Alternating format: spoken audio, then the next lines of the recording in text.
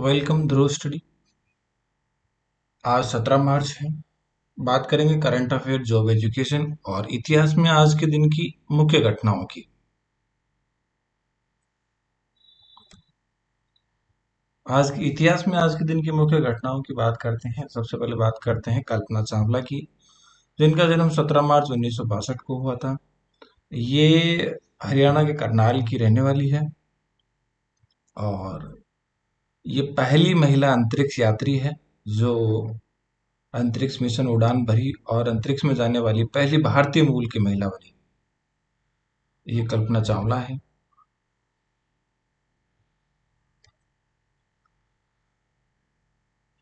Next बात करते हैं साइना नेहवाल, जो भारतीय प्रसिद्ध बैडमिंटन खिलाड़ी है। इसका जन्म 17 मार्च 1990 को हरियाणा के हिसार में हुआ था। उन्होंने बैडमिंटन में कई अंतर्राष्ट्रीय खिताब जीते हैं और भारत को गौरवान्वित किया है।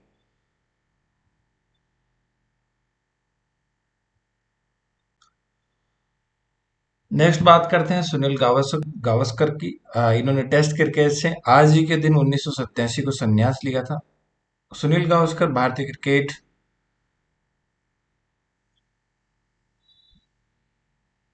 से संन्यास लिया था। उनके बल्लेबाज तकनीकी और उपलब्धियों के लिए वे विश्व भर में प्रसिद्ध है। इनका जन्म 10 जुलाई 1949 को मुंबई के महाराष्ट्र में हुआ। ये इनको पद्म भूषण और पद्मश्री पुरस्कार से सम्मानित किया गया। नेक्स्ट बात करते हैं हेमवती नंदन बहुगुणा। आज के दिन इनका निधन हुआ था। ये उत्तर प्रदेश के 2 बार मुख्यमंत्री रहे और भारतीय राजनीति के प्रमुख नेताओं में से एक थे। उत्तराखंड को एक अलग राज्य बनाने की मांग उठाने वालों में से एक थे। उनके नाम पर हेमवती नंदन बहुगुणा गढ़वाल विश्वविद्यालय की स्थापना हुई। भारत सरकार ने 2018 में एक डाक टिकट इनके ऊपर जारी किया था। ये बहुगुणा है। बात करते हैं जॉब एजुकेशन की। आरएसएस आरएस आरएसएसबी बोर्ड ने चतुर्थ श्रेणी कर्मचारी की भर्ती निकाली हुई है। 10वीं पास इसकी योग्यता है। पदों की संख्या 52,453 है। आवेदन की लास्ट डेट 19 अप्रैल है। एग्जाम 18 से 21 सितंबर को होंगे। पटवारी के लिए भर्ती निकली हुई है और इसकी आवेदन की लास्ट डेट 23 मार्च है। एग्जाम 11 अप्रैल को होंगे। एज लिमिट इसके लिए 40 साल है और एलिजिबिलिटी की बात करें तो ग्रेजुएशन सीएटी पास करने वाले उम्मीदवार अप्लाई कर सकते हैं। ड्राइवर के लिए भर्ती निकली हुई है 2,756 पदों पर और शैक्षणिक योग्यता 8वीं पास। वे ड्राइविंग लाइसेंस इसके लिए जरूरी है। एज लिमिट 40 साल है। आवेदन की लास्ट डेट 28 मार्च और एग्जाम इसके 22 से 23 नवंबर को होंगे। एनएचएम और एमईएस यानी राष्ट्रीय स्वास्थ्य मिशन और राजस्थान मेडिकल एजुकेशन सोसाइटी पे संविदा पदों पर भर्ती निकली हुई है। 13,998 पद है टोटल। आवेदन की लास्ट डेट इसमें 19 मार्च है और पदों के अनुसार इसमें अलग अलग योग्यताएं हैं। विस्तृत जानकारी के लिए rssb.rajasthan.gov पर जाकर देख सकते हैं। लाइब्रेरियन थर्ड ग्रेड के भर्ती निकली हुई है 2,756 पदों पर। शैक्षणिक योग्यता है इसके लिए लाइब्रेरी साइंस में डिप्लोमा और देवनागरी लिपि में हिंदी का ज्ञान आवश्यक है। एज लिमिट 40 साल है और आवेदन की लास्ट डेट 3 अप्रैल है। असिस्टेंट इंजीनियर के 1,057 पदों पर वैकेंसी निकली हुई है और इसमें जो शैक्षणिक योग्यता है वो बीई बीटेक की डिग्री इसमें आवश्यक है। एज लिमिट 40 साल है और अप्लाई करने की लास्ट डेट 12 सितंबर है। पर एग्जाम इसके 28 सितंबर को होंगे और ये इसका जो कंडक्ट करवाएगी आरपीएससी। अब बात करते हैं करंट अफेयर की। वाराणसी, पहला क्वेश्चन है, वाराणसी यूपी में multi modal logistic park MMLP के निर्माण के लिए समझौता ज्ञापन किन संस्थाओं के बीच हुआ? तो ये है एनएचएल, एनएचएलएम और आईडब्ल्यूएआई। अब थोड़ी सी डिटेल में इसके बारे में जानेंगे ताकि लंबे समय तक याद रहे। मल्टी मॉडल लॉजिस्टिक पार्क यानी MMLP, freight aggregation and distribution multi modal park, freight transport integrated storage and warehousing, सूचना प्रौद्योगिकी support and value added service जैसी सुविधाएं होगी इसमें। एक पार्क है जिसमें ऐसी सुविधाएं मिलेगी। और उत्तर प्रदेश सरकार ने राज्य में मल्टी मॉडल लॉजिस्टिक पार्क के विकास को बढ़ावा देने के लिए मल्टी मॉडल लॉजिस्टिक पार्क नीति 2024 को मंजूरी दी है। इस नीति का उद्देश्य राज्य में लॉजिस्टिक अवसंरचना को सुदृढ़ करना और निवेशकों को आकर्षित करना है। राष्ट्रीय राजमार्ग रसद प्रबंधन लिमिटेड (NHLM) और भारतीय अंतर्देशीय जलमार्ग प्राधिकरण (IWAI) के बीच वाराणसी में एक अत्याधुनिक मल्टी मॉडल लॉजिस्टिक पार्क के विकास के लिए समझौता ज्ञापन पर हस्ताक्षर किए गए। यह पार्क लगभग 150 एकड़ में फैला हुआ है और NH7 जियो जियोनाथपुर स्टेशन, राजमार्ग, राष्ट्रीय जलमार्ग 1 और लाल बहादुर शास्त्री हवाई अड्डे से जुड़ा होगा। इस नीति के तहत 1000 करोड़ या इससे अधिक निवेश वाली परियोजनाओं को विशेष प्रोत्साहन दिया जाएगा। फॉर्च्यून ग्लोबल 500 या फॉर्च्यून इंडिया 500 में सूचीबद्ध कंपनियां या वे जो 100 करोड़ का प्रत्यक्ष विदेशी निवेश करने के लिए प्रतिबद्ध है, इसके लिए पात्र होंगे। कनाडा के नए प्रधानमंत्री कौन बने हैं? इनका नाम है mark Carney. Mark Carney Canada के नए प्रधानमंत्री बने हैं जिन्होंने जस्टिन ट्रूडो का स्थान लिया है। कार्नी पूर्व केंद्रीय बैंकर, बैंक ऑफ कनाडा और बैंक ऑफ इंग्लैंड के पूर्व गवर्नर रह चुके हैं। ये हैं मार्क कार्नी। नेक्स्ट क्वेश्चन है, भारत सरकार द्वारा डिजिटल कंटेंट क्रिएटर्स के लिए घोषित फंड की राशि कितनी है? इसका राइट आंसर है $1 अरब, यानी लगभग 83,000 करोड़ रुपए।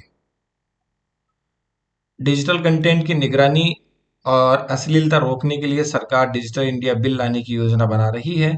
यह नया कानून सोशल मीडिया प्लेटफॉर्म, यूट्यूबर्स और डिजिटल कंटेंट क्रिएटर्स के लिए एक नए नियम स्थापित करेगा जिससे अश्लील और आपत्तिजनक सामग्री पर नियंत्रण रखा जा सके। सरकार ने नेशनल क्रिएटर्स अवार्ड की भी घोषणा की है जो डिजिटल क्षेत्र के रचनाकारों को अपनी असाधारण रचनात्मकता और नवीनता के लिए सम्मानित करेगा। यह पुरस्कार 20 से अधिक श्रेणियों में दिया जाएगा जिसमें कहानी कहने, सामाजिक परिवर्तन की वकालत और शैक्षणिक सामग्री शामिल है।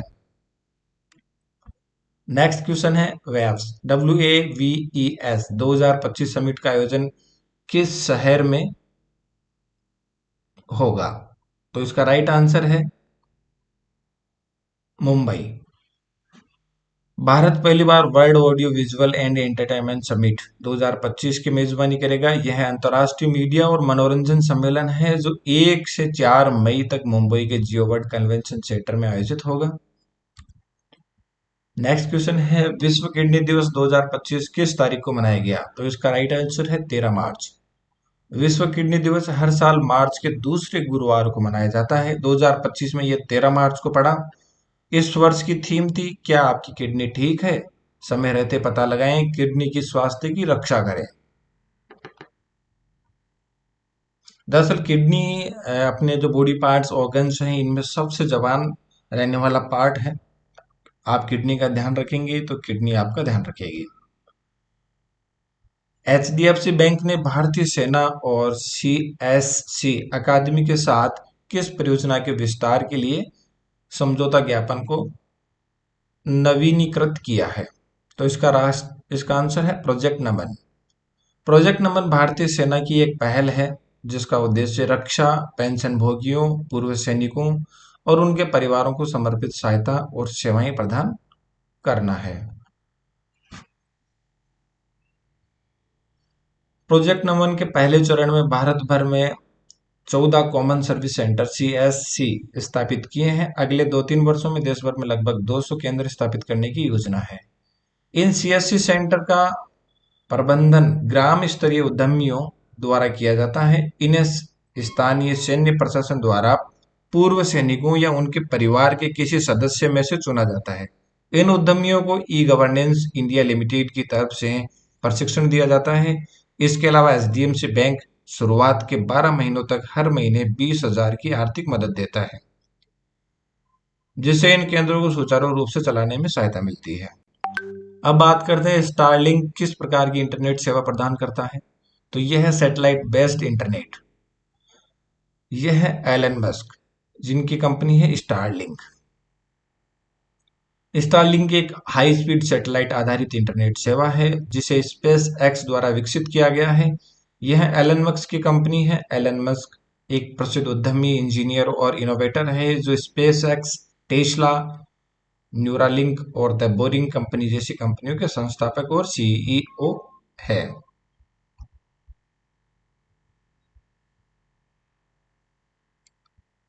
नेक्स्ट क्वेश्चन है क्यूएस रैंकिंग 2025 में कितने भारतीय विश्वविद्यालयों और संस्थानों को टॉप 50 में शामिल किया गया है? तो इनकी संख्या है 9। एस वर्ल्ड यूनिवर्सिटी रैंकिंग 2025 में क्यूएस, यहाँ क्यू मिसिंग हो गया, तो क्यूएस वर्ल्ड यूनिवर्सिटी रैंकिंग 2025 में Massachusetts institute of technology MIT ने लगातार 13वें वर्ष शीर्ष स्थान प्राप्त किया है। इंपीरियल कॉलेज लंदन 4 स्थान ऊपर चढ़कर दूसरे स्थान पर पहुंच गया है, जबकि यूनिवर्सिटी ऑफ ऑक्सफोर्ड और हार्वर्ड यूनिवर्सिटी क्रमशः तीसरे और चौथे स्थान पर है। यानी यूनिवर्सिटी ऑफ ऑक्सफोर्ड तीसरे स्थान पर है और हार्वर्ड यूनिवर्सिटी चौथे स्थान पर है। यूनिवर्सिटी ऑफ कैम्ब्रिज 5वें स्थान पर है। भारत की जो 9 संस्थान है उनके बारे में जानेंगे। इसमें भारत के 9 संस्थान है। इंडियन स्कूल ऑफ माइंस जो धनबाद और झारखंड के धनबाद में है। इंजीनियरिंग खनिज और खनन विषय में 20वां स्थान है। आईआईटी दिल्ली ये इंजीनियरिंग और प्रौद्योगिकी में 26वें स्थान पर है। आईआईटी बॉम्बे ये इंजीनियरिंग खनिज और खनन विषय में 28वें स्थान पर है। आईआईटी खड़गपुर इंजीनियरिंग खनिज और खनन विषय में 45वें स्थान पर है। आईआईएम अहमदाबाद व्यवसाय और प्रबंधन अध्ययन में 27वें स्थान पर। आईआईएम बेंगलोर व्यवसाय और प्रबंधन अध्ययन में 40वां स्थान। आईआईटी मद्रास की बात करें तो पेट्रोलियम इंजीनियरिंग में शीर्ष 50 में शामिल है। और जेएनयू जवाहरलाल नेहरू विश्वविद्यालय दिल्ली ये विकास अध्ययन में शीर्ष 50 में शामिल है। नेक्स्ट क्वेश्चन है मूडीज की रिपोर्ट के अनुसार भारत की जीडीपी वृद्धि वित्त वर्ष 2025-26 में कितने प्रतिशत रहने की संभावना है? तो इसका राइट आंसर है 6.5%। 2025 में ये 6.6 रहने की उम्मीद है और 2026 में 6.5 रह सकती है। मूडीज इन्वेस्टर सर्विस एक प्रमुख क्रेडिट रेटिंग एजेंसी है जो वैश्विक वित्तीय बाजारों के लिए क्रेडिट रेटिंग अनुसंधान और डेटा प्रदान करती है। भारत में इस मूडीज की रिपोर्ट की बात करें तो भारत में मुद्रास्फीति दर में गिरावट की उम्मीद है। वित्त वर्ष 2025-26 में औसत मुद्रास्फीति दर 4.5 रहने का अनुमान है, जो पिछले वर्ष 4.8 से कम है। यानी पिछले वर्ष 4.8 थी और 25-26 में ये 4.5 रहने की अनुमान है, यानी इसमें मुद्रास्फीति में गिरावट होगी। अब थोड़ा सा समझते हैं कि जीडीपी के घटने और बढ़ने का क्या असर होता है। जीडीपी किसी भी देश की अर्थव्यवस्था का सबसे महत्वपूर्ण संकेतक होता है। ये बताता है कि किसी खास समय में देश के अंदर उत्पादित वस्तुओं और सेवाओं का कुल मूल्य कितना है। जीडीपी का बढ़ना या घटना सीधे तौर पर लोगों की आमदनी, रोजगार, महंगाई और देश की आर्थिक स्थिति को प्रभावित करता है। अब समझते हैं जीडीपी बढ़ने के प्रभाव। जीडीपी अगर बढ़ती है तो अर्थव्यवस्था में सुधार होता है, रोजगार के अवसर बढ़ते हैं, लोगों की आमदनी बढ़ती है, मांग और खपत बढ़ती है, सरकार की आय बढ़ती है। घटने के प्रभावों की बात करें तो इसमें घटने से आर्थिक मंदी का खतरा रहता है, यानी बाजार में गिरने से बाजार में सुस्ती आती है, रोजगार में गिरावट आती है, कंपनियां नुकसान में जाती है, जिससे वह लोगों की छटनी कर सकती है। महंगाई और गरीबी बढ़ सकती है। जब लोग खर्च कम करते हैं तो व्यापार और उद्योग प्रभावित होते हैं, जिससे गरीबी का खतरा बना रहता है। सरकार के लिए मुश्किलें होती है। इसमें टैक्स कम मिलने से सरकार के पास योजनाओं के लिए धन कम हो जाता है। जीडीपी अगर घटती है तो विदेशी निवेश प्रभावित होता है। जो एफडीआई की जब हम बात करते हैं, विदेशी कंपनियां निवेश करने में हिचकिचाती है। एफडीआई विदेशी कंपनियां निवेश कम करती है, जिससे जीडीपी में लगातार गिरावट होती है।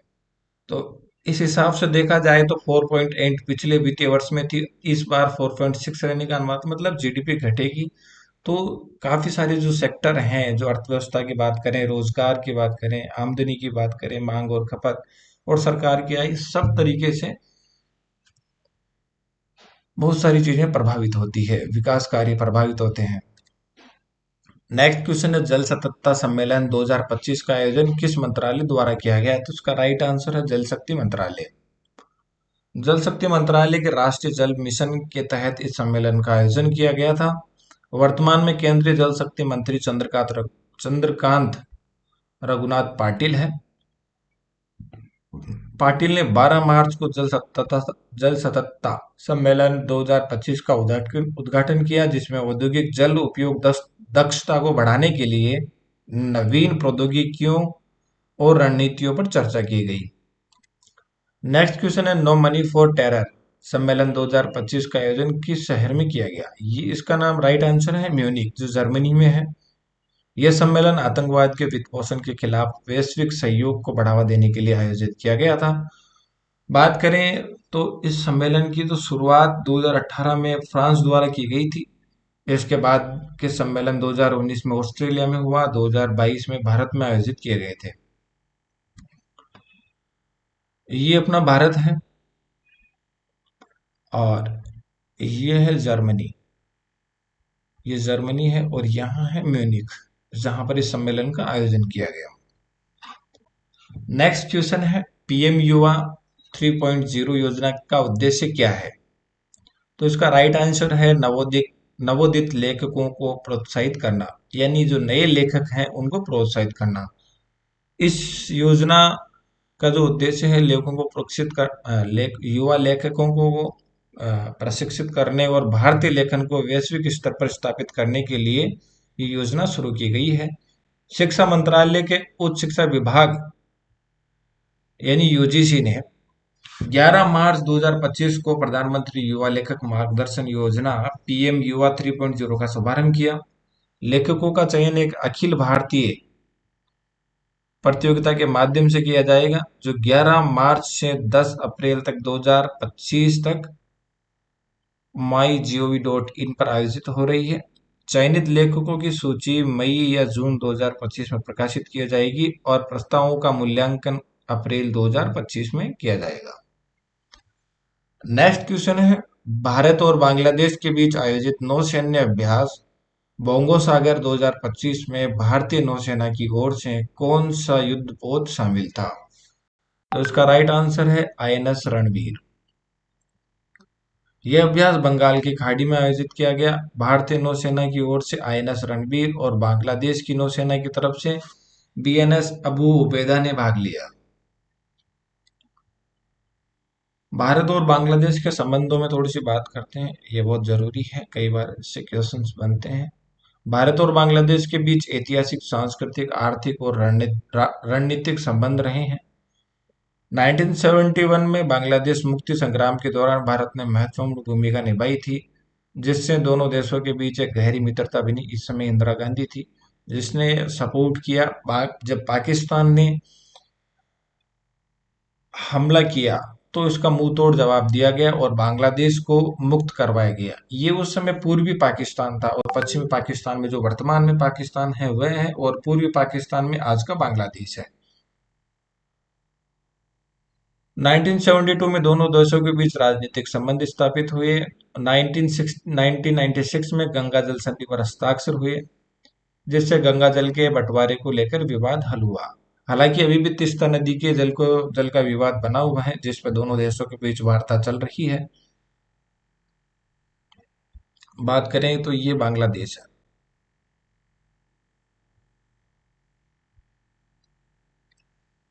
नेक्स्ट क्वेश्चन है, किस भारतीय नेता को 2025 में time Mumbai hall of fame पुरस्कार से सम्मानित किया गया? तो इनका नाम है देवेंद्र फडणवीस।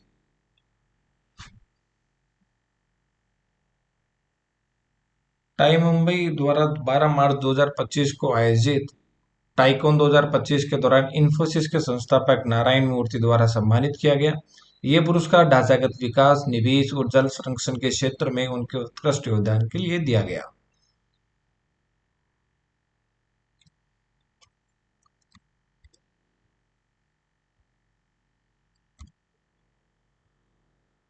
आज के सेशन में इतना ही। कल फिर बात करेंगे नेक्स्ट करंट अफेयर, जो एजुकेशन और इतिहास की मुख्य घटनाओं के बारे में। अगर वीडियो अच्छा लगा तो सब्सक्राइब करें, लाइक करें, कमेंट करें और शेयर करें। Thank you.